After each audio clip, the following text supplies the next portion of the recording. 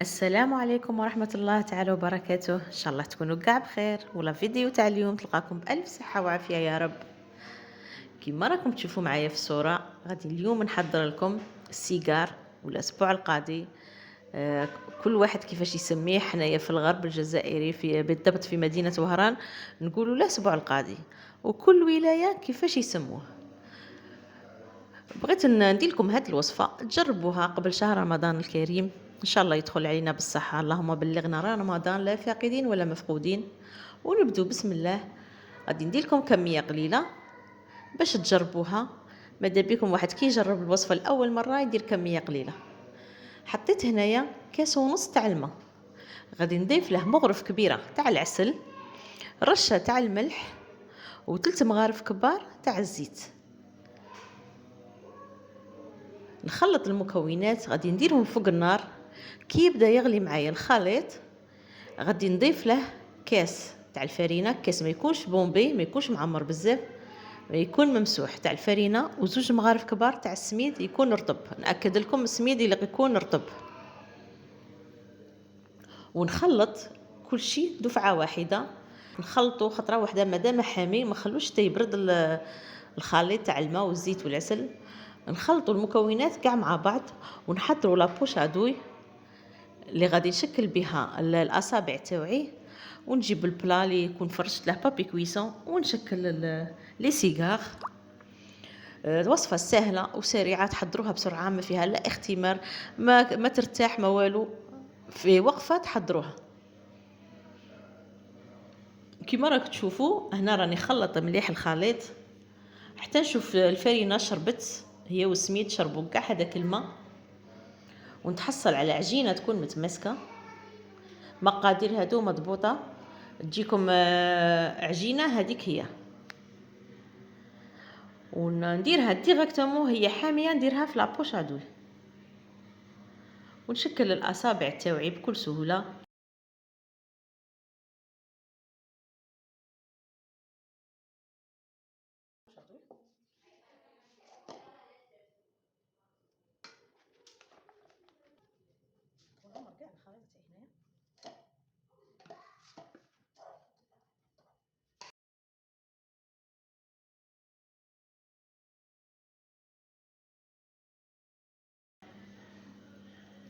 وبعد ما شكلت كاع الاصابع غادي نحضر الزيت. الا قديروا فيه حاجه تكون غامقه وتكثروا شويه الزيت باش لي سيغار تاعنا يغطسوا تحت في الزيت، ما يجوش من الفوق.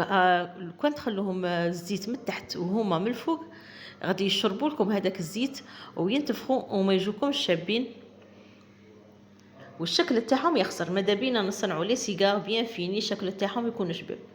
وشفتوا معايا في البدايه تاع الفيديو كيفاش خرجوا ما شاء الله شابين، واللون هذاك هو اللون اللي نبغيه انايا. وكل وحده وكيفاش تبغي اللون تاع لي سيغار، كاين اللي يطيبهم بزاف، كاين اللي يخليهم شويه، كل وحده وكيفاش طيب لي سيغار تاعها. وكي نديرهم في الزيت ما نخربش فيهم، نخليهم كي نشوفهم بداو يدوا تحميره انا جيست نحركهم بالملعقه.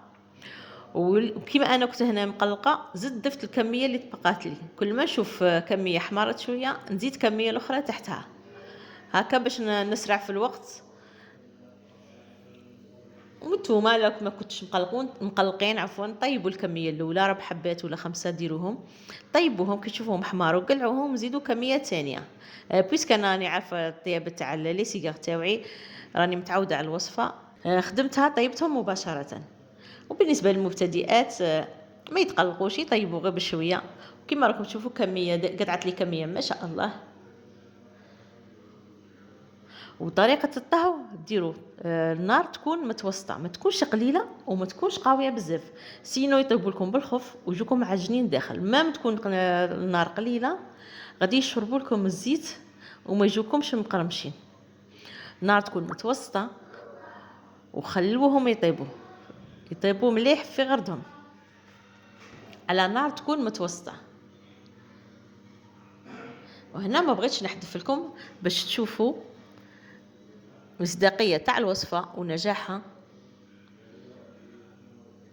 حميت الزيت تاعي مليح ورميت الحبات تاع لي سيغار تاوعي، نخليهم كي نشوفهم بداو يدوا هذاك اللون لون دوغي كلير. نزيد نرمي الكميه اللي بقات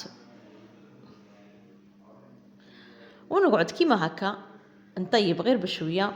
وراني ما قلت لكمش توجدوا العسل تاعكم، العسل يكون بارد، انا ما ضفت له والو، راني موجده العسل حدايا من الزيت مباشره، نحطهم في العسل ونخليهم حتى يشربوا مليح. ما نتقلقش عليهم، نقلعهم نخليهم في هذاك العسل وهما حامين، نخليهم في العسل حوالي 10 دقائق حتى 15 دقيقه. كي يشربوا مليح نقلعهم ونزيد ندير الكميه اللي بقات ونكمل الحبات اللي عندي تاع لي سيجار. راكم تشوفوا مكاش اسهل من هذه الوصفه، تحضروها فيت وتطيبوها تاني دفعه واحده، ما تقارعوها تخمر، ما تخلوها ترتاح في الثلاجه. وصفه سهله مكوناتها اقتصاديه متواجده في كل بيت. راكم تشوفوا بدات تدي اللون المطلوب، نزيد نصبر عليها شويه ومن بعد نصفيها من الزيت ونحطها مباشره في العسل ونكمل كاع الكميه اللي عندي ومن بعد نتلاقوا في صحن التقديم.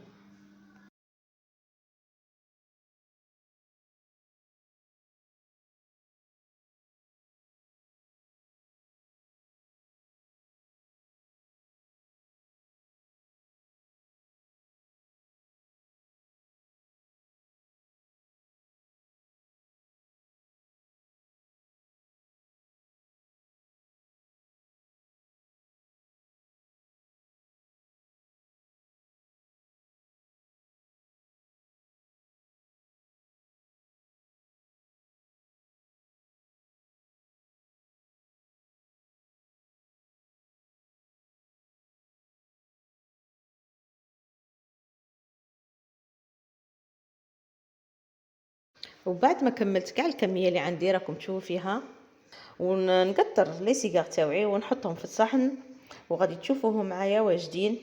يجي ما شاء الله يجي روعه هاد السيجار. وراني دايره من قبل وصفه تاع لي سيجار في القناه، تبغوا تجربوا هذه الوصفه ولا الوصفه اللي درتها من قبل، حتى هي تجي روعه، تجي ما شاء الله. ودروك ضروري نقسم معاكم حبه باش تشوفوها كي جات.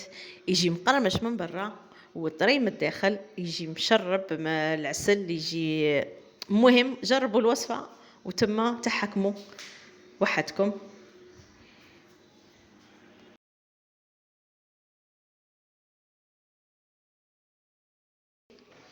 وإلا وصلتوا معايا حتى لهنا نقول لكم ما تنسوش الاشتراك في القناه وتفعيل زر الجرس باش يوصلكم كل جديد، وترك تعليق محفز. ونشكركم بزاف بزاف على التعليقات الايجابيه اللي راكم تخلوهم لي. ربي يوفقكم ويحفظكم ان شاء الله، ونقولكم في الاخير شهدكم في الجنه، ونتلاقوا في وصفه جديده ان شاء الله، ومع السلامه.